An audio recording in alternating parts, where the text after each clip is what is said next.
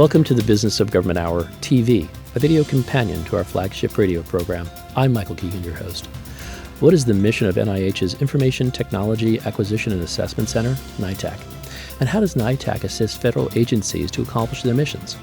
I'll explore these questions and so much more with our very special guest, Bridget Gauer, Acting Director of NITAAC. Also joining me from IBM is Tom Bertke. Take a look, take a listen, download the entire interview on iTunes or at businessofgovernment.org.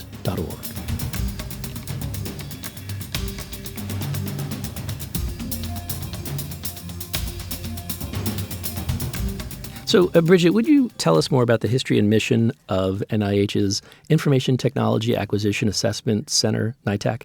You know, we've been around for 20 years, our mission came out of the Clear-Cohen Act. As an OMB executive agent, our job is to streamline the acquisition process for the information technology requirements of the federal government. And that is primarily what we're all about, streamline. So we're a fee-for-service organization. We do charge a fee for our customers to use our contracts. I will say it is the lowest fee of all of all the GWACs. Good plug. But because of that, we need the flexibility to grow, and we have significantly in the last couple years. We have a mix of federal employees, primarily contracting officers that support our assisted acquisition arm, and then contractors that support our IT functions, our day-to-day operations, and our administration functions of needed for the GWACs. We also have government contracting officers that administer all the GWACs and provide all the oversight. It's primarily what our mission is all about. We have OMB has designated us as an agent with the responsibility of establishing, awarding and administering government-wide acquisition contracts. So when we talk about government-wide acquisition contracts, or GWACs, they are contracts, IDIQ, indefinite delivery, indefinite quantity contracts, that any federal agency can use to award information technology requirements. The reason they were put together is because, years ago, IT moves so quickly that you've got to be able to get it obligated or put it on contracts, get your contract needs awarded quickly, and that wasn't happening before the technology was obsolete. So, this is a mechanism to streamline the acquisition process, and through the GWAC, it just makes it so much easier. We have everything IT available because we have 3 GWACs. We have our CIO SP3, our CIO SP3 Small Business, and our CIO CS, which is our newest GWAC. And those are some big things. I mean, category management, but the cyber is huge today. So with those, as your backdrop, the responsibilities and duties that you have, what are some of your top, say, 3 challenges you face? How have you sought to address those challenges? So, one of our big challenges right now is, we have our CIO SP3 small business vehicle. We're in year 5 of that GWAC. It's a 10-year contract, and a lot of our small businesses are recertifying at this point. So last year we announced a ramp-on to that vehicle. That solicitation closed last May. We received an overwhelming response from industry, and we're still in evaluation. We've gotten a couple protests along the way, and we want to wrap that up as quickly as possible, because we know a lot of contractors have put a lot of effort into their proposals, and it's been a long time, and we want to make sure that it gets done in a timely manner. Another priority is I'm very involved with the category management with Mary Davey, the IT category management. As you may know, NIH was asked to be the lead for the laptops and desktops under the Government Strategic Solutions as of this calendar year. With that, OMB has moved forward with the best-in-class assessments. We have been designated, as well as NASA SOUP and GSA Schedule 70, as best-in-class organizations for laptops and desktops. And we're pursuing more best-in-class designations. We're looking at our CIO CS, which is our commodity solutions contract, and trying to get that designated as a best-in-class as a vehicle. With that best-in-class designation, it's not, I'm a GWAC holder, so you're going to be a best-in-class. There's a lot that goes into that. We track all the data from the perspective of what is purchased on that vehicle. We provide an analysis of that data so that we can look at how the government spends in the IT commodity and how we can support future category management. With FITARA, a lot of your CIOs have data requirements. We want to be that source and be able to say, here's your spend data so that you can meet those requirements. What surprised you the most in your current role since you've taken it over? I took over a lot of getting out in the public, with the industry and with the federal workforce in this position. And I'm surprised at how many people really don't know what the NITAAC program has to offer and about the GWACs. And then I've also found that there's got to be a learning process about what is fair opportunity and how that works. NITAAC seeks to be a one-stop shop for IT acquisitions. Would you briefly highlight your key strategic goals and priorities that comprise NITAAC acquisition strategy? We, have started with the assisted acquisitions. That's one of the big strategies because we saw a big void in the federal space, and we wanted to facilitate that void for agencies. Since I've taken over as the acting director, I've kind of changed that strategy a little bit because I have a background in contracting, and I've in my career I've taken an interest in the federal contracting interns and junior folks and the journeyman level folks. And I look at it as, a big strategy to using the NITAAC vehicles is education and educating our federal workforce on really what the value is. Mm-hmm. So, that's been a huge piece of the strategy.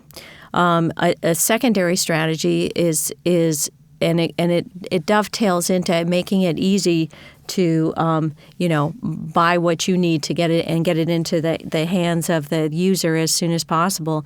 Is the category management and the government-wide strategic solutions.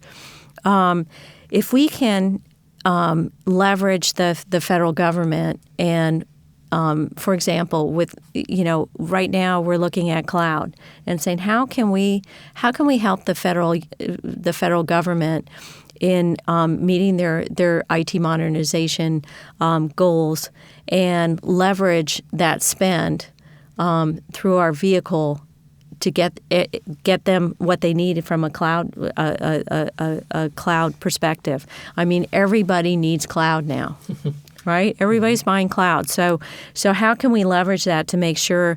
And how can we look at the procurement regulations and do what we can to make that fit? Mm-hmm. One thing that we've talked about a lot is every contracting officer has to determine something reasonable. What does that really mean? And when it comes to something like a cloud, what does that mean? And how can we establish strategic solutions to reduce the administrative burdensome for the federal user? Another big solution as we look at the education is the solution showcases. Oh, interesting. Okay. Todd has done an awful lot with our solution showcases in that, I've worked at a lot of different federal agencies and with a lot of different contracting missions. However, sometimes we're buying the same things and we're recreating the problem, or we're trying to solve the problem again, where another agency has done it well. What we've tried to do is through our solution showcases is provide those videos of this is what our problem was, this is how we solved it, and this was the methodology with that, so that other federal employees or agencies can say, hey, they've already tried this, it worked, and thanks for letting us know we shouldn't go that direction or we should go that direction. So you've got two main vehicles, the CIO SP3 large and small and the CIO CS.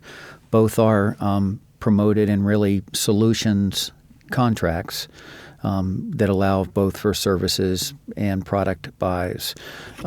When do you recommend one versus the other?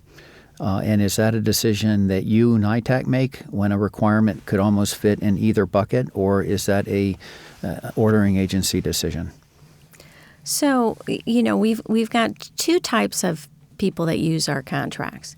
We've got our ordering contracting officers, which are the contracting officers from all the different federal agencies, and then we have our assisted acquisition contracting officers that are housed in the NITAAC.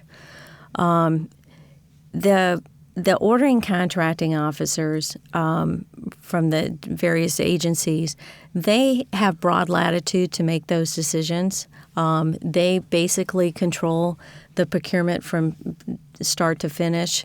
Any protest that comes up, they take care of that. They evaluate. They make awards.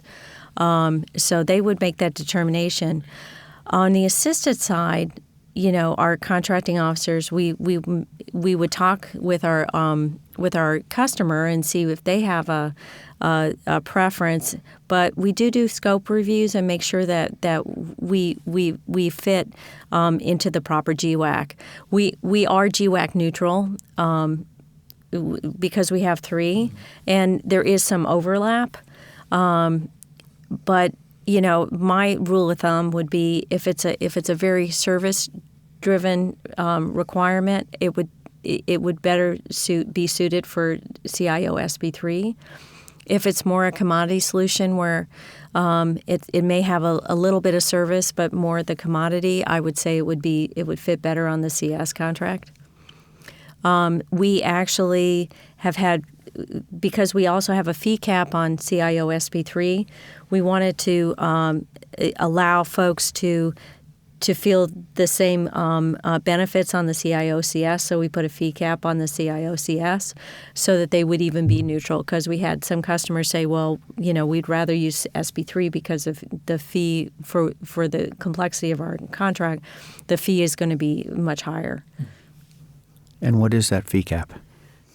So the fee caps vary from vehicle. The unrestricted vehicle is, let me talk about the fees in general, is 0.65% for the unrestricted. It's a 0.55% for the CIO SP3 small business, and the fee the fee for the CIO CS is 0.35. When we put a fee cap of $150,000 on the CIO SP3. And a fee cap of $70,000 on the CS, but because the fees are lower on the CS, there's a higher threshold. Mm-hmm. So, Bridget, as you reflect on your career in public service, what advice would you give someone who may be thinking about a career in public service? I don't know if there's anywhere that you can get so many opportunities in one place.